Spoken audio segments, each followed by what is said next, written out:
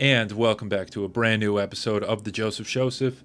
We're about a month away from the Netflix is a Joke Comedy Festival. I was looking at the lineup. It looks pretty crazy this year. It looks like Netflix, they don't want Saudi Arabia to have the biggest comedy festival in the world. So they're giving them a run for their money. The festival looks pretty crazy. I'm not going to be there. But, let's go through it and see if it's worth it to go. A lot of crazy shit, a lot of really great acts. They got some pretty good lineups, some great comedic talent, including, they got Kate Hudson, Lizzo, Natasha Lyonne, Shaquille O'Neal, Dwayne Wade. I mean, this is pretty crazy comedic talent. This is the best the country has to offer. I think this is going to be a really funny and entertaining festival. Yeah, that was all obviously jokes. This is no, this is a big comedy festival. I think they have a lot of these types of people going, but it's like a lot of comedians. There's more than 350 shows or acts that are gonna have this year, and so we're gonna go through all of those. People before people comment say like I'm hating on this or I'm jealous because I'm never gonna be invited to the festival. Look, you're probably right, but also this isn't hating. I'm not hating on anyone. This isn't a hater video. This is just me going through it and talking about this. This isn't like not everything has to be like let's attack, let's hate on something, or let's like give a negative perspective. We could just read about things and have nuanced opinions that aren't negative. This isn't like a negative. Let's go after these guys video. So what have we got? This is the third Netflix is a Joke comedy festival. They've been doing it every 2 years since 2022. They do it every 2 years, so it gives time for them, probably just to save money. Honestly, the scope of like they've been doing bigger and more people every time. I think the scope of it is probably the cost to do that prohibits them to be able to do it every year. Also, I think it's probably just tougher to get comedians like the amount of comedians that they're having commit to it every year as opposed to every other year. Netflix, it's I'm not like a super Netflix guy. I'd say I go back and forth on my thoughts on Netflix. I don't think I have Netflix right now. I don't know.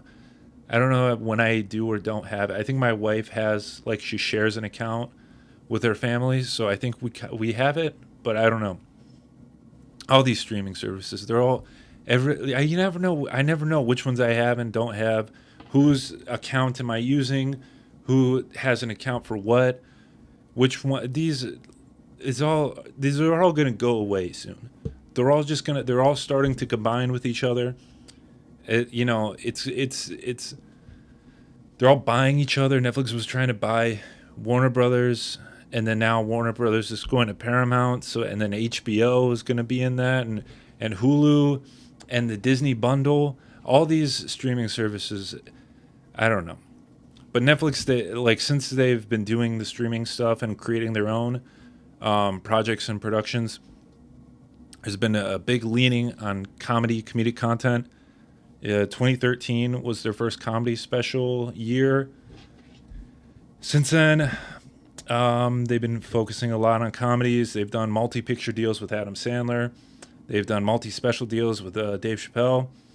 They're now the most recent one. They have a multimedia development deal with Shane Gillis. So specials, TV shows, movies, whatever he's doing.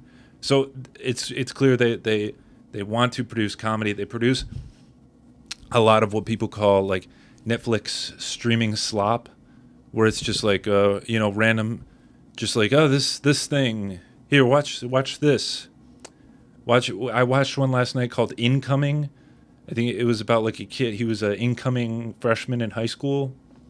I don't know what it was about. It was my wife put it on. I don't know I don't know what these movies who makes them, who wrote these movies and then shot them, and then did Netflix say this is a great idea, let's make this? I don't know. But then they also have the Knives Outs and like the big Ben Affleck movies. They do all those, but they also have just these random movies that no one's ever going to watch. It's probably just a tax write-off. It's probably, some producer's nephew wrote a script. Let's just give them like a $2 million budget. We'll give them some C-list actors, get it made, throw it up there. Who cares? There's a lot of those. My understanding, I'm not in the industry. I don't know anything about the industry, but my understanding is that most of the watch time spent on Netflix is on the legacy shows. Your Friends, your Seinfelds, your Communities, and then like a Forrest Gump or like a one of these big classic movies. I'm sure like during the holiday times, like Elf or like the big Christmas movies. Those are probably the big watch hour movies. But I don't know how much of their current watch time is spent on like the newer productions. Probably like when a new comedy special drops. I wouldn't be surprised if there's like a high percentage.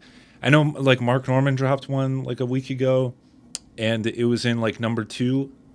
So it's clear that when they initially drop these things, they people go to them, they watch them, they get them up there, and then they're just like, that's it. And then they kind of flatlines after that. I don't know. I don't think Netflix like releases the data on that stuff really. So no one really knows like what people are watching. It's weird how these like streaming services like data is. But they're able to, justify. It's clear they like comedy. They do a lot of comedy. I was reading there was more than 30 comedy specials that were released last year, and 12 that have been released so far this year, which is one a week every week this year. And there's 4 that are awaiting release. So there's 4 more specials, probably more. They probably have more than that too, that they're either post-production or just haven't announced yet, that are going to be dropping soon. And I'm sure with this festival, a lot of like Netflix comedy content is going to be coming out of this. But let's look at the festival. Let's see what's going on with this festival, because I'm very interested. It's not just like Dave Chappelle, Jerry Seinfeld, John Mulaney. There's a lot of like people you wouldn't expect to be on a festival like this, one that's like a streaming service festival. What do we got? I'm just going alphabetical. Here we go. Here's one. Adam Friedland. That's who would have thought he'd be on a Netflix festival. I've seen him live. I didn't love his stand-up. I like the show. I think if they do like a live Adam Friedland show, I feel like that would be more of an attraction to viewers or to customers. But his stand-up, I don't know. I'm sure people will go to that. What else we got? This one, holy shit. I had like a whole pizza before I started recording this, and now I'm having like major heartburn from it. This wasn't a good idea, and I don't know how long I've been talking for, like 10 minutes now. This is hard for me. I just ate this, tomato sauce pizza. It's hurting my chest. I have to talk. Whatever, who cares? This one is interesting to me. Almost Friday TV. They're like a podcast group and sketch comedy group, primarily YouTube shit, TikTok. I don't know. I only recently found out about these guys. I think it's I'm a fan of what I've seen of them. It's really like high quality content. They're very entertaining crew. I don't know what this show, if this is going to be a stand-up show or a live sketch or a live podcast. I don't know what that is, but it's very interesting that they would do something like that. And what's interesting going through this list of people is you see all the different types of comedians that are featured. Like there's stand-ups, there's Andrew Santino, Andrew Schultz, Anthony Jeselnik. So there's like traditional like stand-up comedians, but then you also have improvisers, improv groups, sketch groups, live podcasts, comedic actors. I think a lot of those people are probably just going to be like guests or like guest interview podcast things. Like what I was saying earlier with like the Brittany Snow, like she's probably not going to be doing stand up or improv. It's probably just like a live podcast thing. This one, the Anthony Jeselnik and Enemies show, that should be interesting because he's the past like year or two been going on all these podcasts and starting beefs, and I this is an official prediction for the Netflix thing. I think he's going to have like a lot of the people who he's been causing beefs with to be on his shows. I think that'd be pretty clever. I mean, he's I'm sure these guys, they talk shit about each other on podcasts, but then they probably really don't feel too against each other. Like Kill Tony, if he has Kill Tony on his show, I think that'd be kind of like a nice draw, maybe a nice like press thing. What else? Holy shit, I'm like out of breath. This isn't like good. Okay, all right. They're doing the Story Wars, which is like the Legion of Skanks live story show. Big J Okerson and Louis J Gomez. That I think is these guys. These guys are traditionally not super mainstream, not really like Netflix appropriate, but they have this show on this Netflix festival.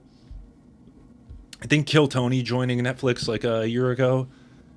It probably like is them like soft launching into the kind of weird indie comedy space of let's get these dirty comedians to come be a part of this festival, and then pull some of their fans, start bringing them over to Netflix, bring them off of YouTube. Bobby Altoff tries stand up. That one is I don't know what her deal is. Is she still famous? I don't know what she's doing. She had a podcast and then she stopped doing it, and Drake was on it. Brenda Song, yeah, like I don't know what she's doing there, but it is like a wide variety of comedians. Like there's like far liberal, conservative comedians all on this festival. Like it really is. They're trying to appeal to everyone. Trying to have something for everyone, I guess is a better way of saying it. People always say they're playing to everyone. They're trying to get all.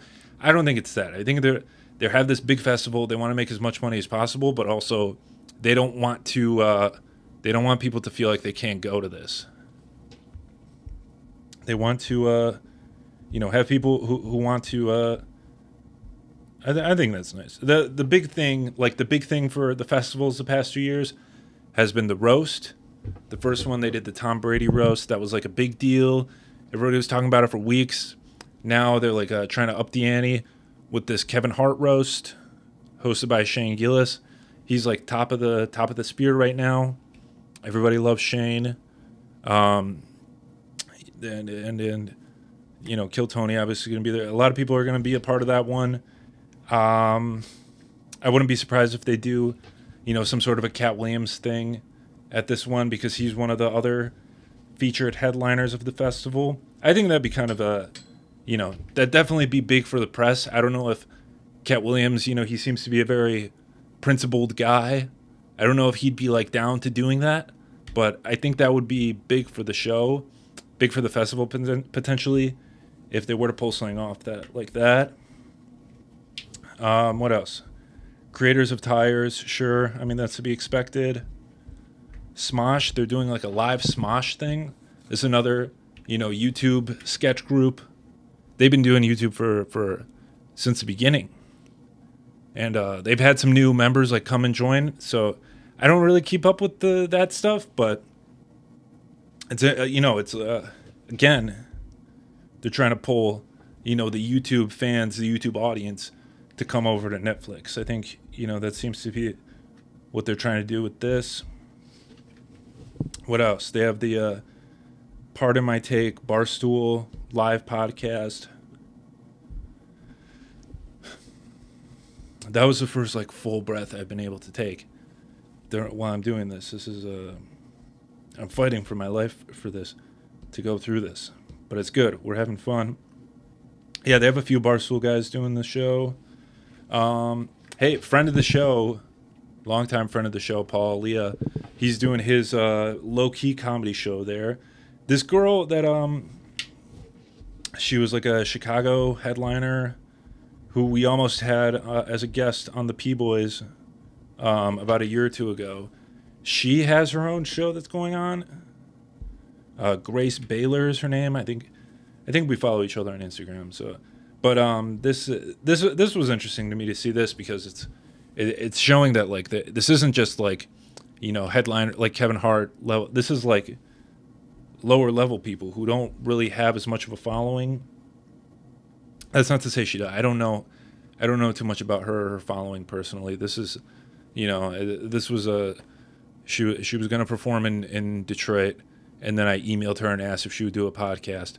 I don't know anything else about her outside of that. I don't know how famous she is. Maybe she's huge in LA, but that was surprising for me to see, like the level of people that they're having on this, because, you know, a lot of the names you recognize, or if you're into like comedy, you're into like stand-up podcasts, you know Eliza Schlesinger, you know, whatever, Dan Soder. But then there's some, like, you know, smaller people like that. They're like less than 10,000 followers, and you're like, that's very interesting. Jeff Dye is another one I was surprised to see, because he's like the conservative far right guy, but he's on this like festival with all these like a lot of like more liberal or left comedians. So that's kind of interesting to see. Jerry Seinfeld and Larry David, sure, whatever, who cares? Yeah, I mean this is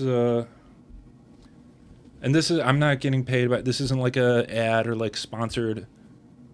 Netflix is they don't need me to talk about this.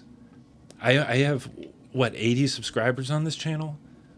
I'm doing this because this is a good way for me to put a interesting thumbnail together. That's why I'm going through all this. I was surprised Dave Chappelle's not going to be on this one. He's you know, he was on I think he was on the last two. He got attacked at one of them. That was a big news story. He's like been talking about it ever since then. But this I think those were like the big things that stood out to me as interesting about this festival. I'd love to know, you know, what you guys think. Are you guys going to the festival? Is anyone gonna, you know, who goes to these festivals? Is it just people in LA, people who live in LA? Are people flying in just for the festival? I don't even know how much tickets are. Let's find out. Let's see how much the tickets are. I don't know how to do that. This is live. Finding out. Okay, we'll do this one. Ron Funches. Buy tickets. Let's see. This is so exciting. Join the wait list. Okay. So I don't even know how much tickets are. Is it like a pass? Like, do you get like a bracelet and then you can go to any of them? Who knows? I should have figured that out before we started recording. But Timmy Novrix. Oh, Timmy Novrix is going. That's cool. Let's see how much his tickets are. And it is